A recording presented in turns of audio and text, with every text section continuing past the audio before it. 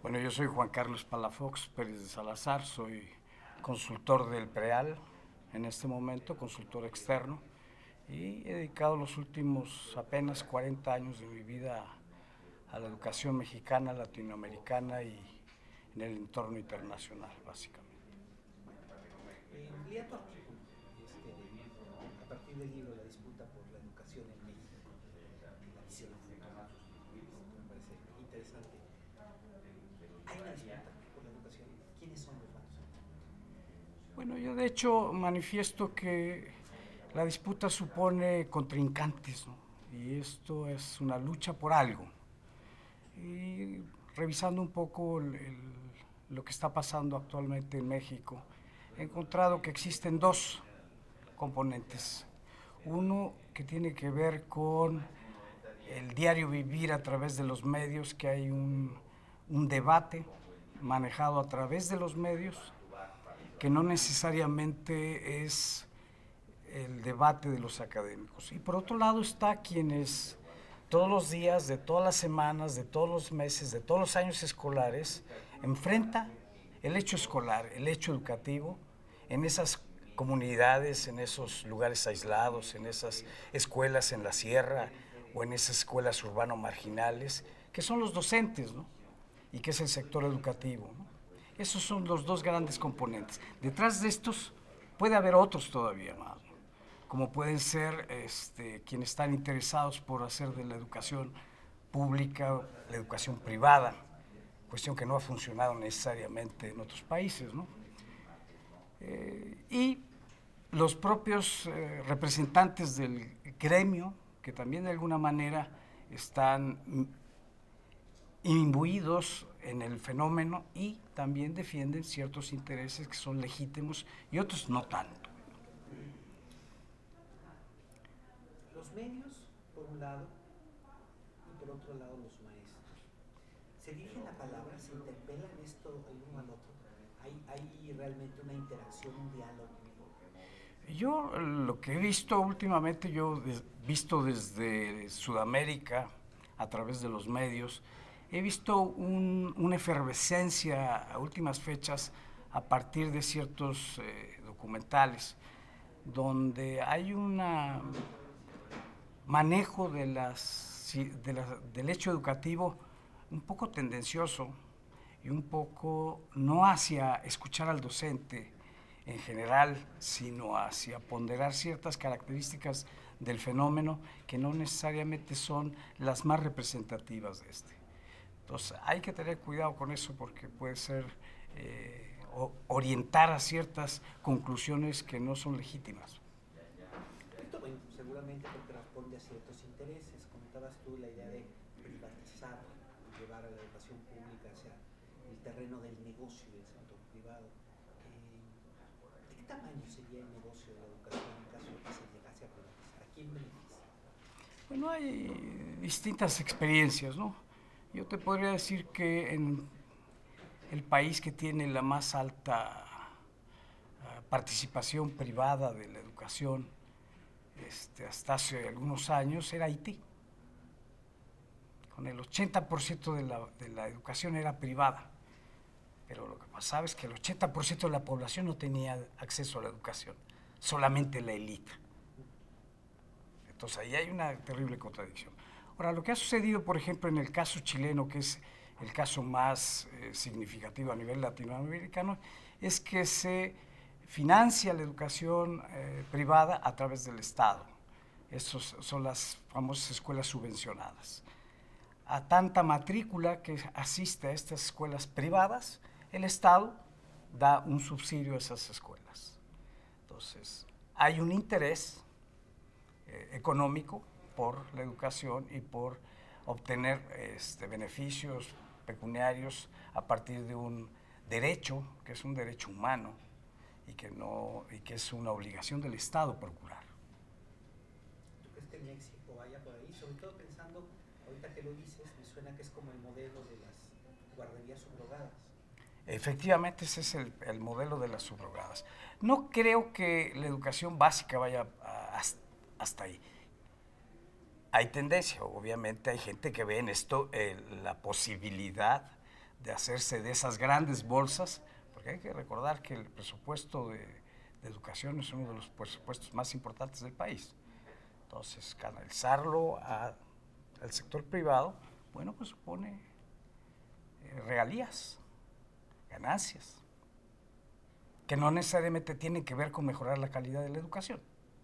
Hoy día en Chile, las escuelas que mejor han obtenido, o sea, que han obtenido los más significativos avances en las pruebas CIMSE, son las escuelas municipales y no las escuelas privadas, curiosamente. El ser escuela privada o el ser escuela pública no es lo que explica los rendimientos de los niños. Los rendimientos de los niños pasan por otro tipo de variables, fundamentalmente por el capital cultural de los padres, de la familia. O sea, hijos de posgraduados tienen ya de por sí un capital cultural que les permite tener mayores posibilidades de éxito en sus estudios que hijos de analfabetos. Entonces, esa es la diferencia, ¿no? Claro, obviamente las escuelas privadas captan a los hijos de las élites mejor preparadas y por eso obtienen los puntajes más altos en las pruebas. Las escuelas rurales, las escuelas indígenas, son de niños que tienen padres cuyo capital cultural es más bajo. Pero no quiere decir que por eso sean peores esas escuelas, simplemente la materia prima con la que trabajan es distinta. Okay. Nada más para tratar de cerrar la cuestión del tema. ¿Cuáles son, entonces, otra vez, los grupos en disputa en la educación en México? ¿Quiénes están confrontados y por qué? ¿Cuál es el interés atrás? Digo, pensando en términos del libro de la guerra de Sun Tzu, cuando uno hace la guerra, lo primero que hace uno es plantar un objetivo. ¿De qué objetivo estamos hablando? ¿Qué ganamos?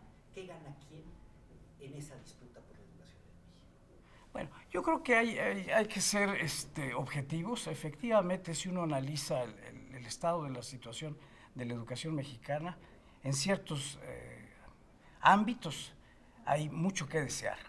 En otros ámbitos hay elementos que nos permiten sentirnos orgullosos de la educación mexicana. Pero más allá de esos ámbitos, también existe, para mi gusto, el interés por buscar la forma de privatizar la educación como una forma de llevar la educación al mercado, que es la tendencia en un régimen que está guiado por el libre mercado y el neoliberalismo, ¿no? Buscar que aquello que es función del Estado sea función del mercado y obtener la ganancia que corresponde, ¿no?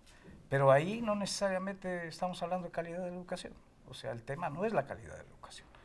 Por otro lado, entonces están aquellos que efectivamente están preocupados por la calidad de la educación. Dentro de ellos están los docentes mismos que todos los días tienen que afrontar el fenómeno, están los investigadores, están los educadores que no necesariamente son docentes, están las universidades, las instituciones de educación superior, los centros de investigación, o sea, hay todo, la sociedad en su conjunto es parte de esta disputa. No hay y no puede haber y no debe de haber nadie afuera. Es un fenómeno eminentemente cultural, estructural. Por eso se dice, y está comprobado en todas las investigaciones, que en la medida en que un pueblo se educa, es en la misma medida en que se adquieren mayores habilidades para la vida y mayor desarrollo de los países. ¿Sí?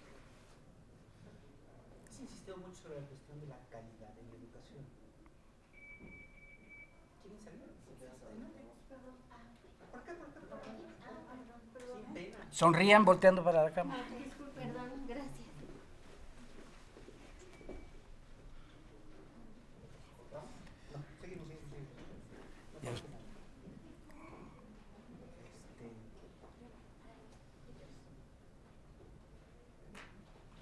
¿Tenemos mucho ruido? En la pregunta anterior, si No, seguimos entonces. Hay que repetir la pregunta. Sí.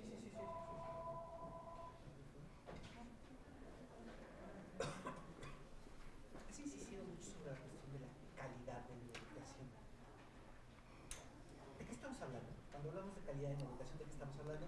Porque creo que tiene que ver con hacia dónde vamos como sociedad. ¿Cuál es tu visión? Mira, la calidad de la educación yo creo que es el concepto más difícil de concretar,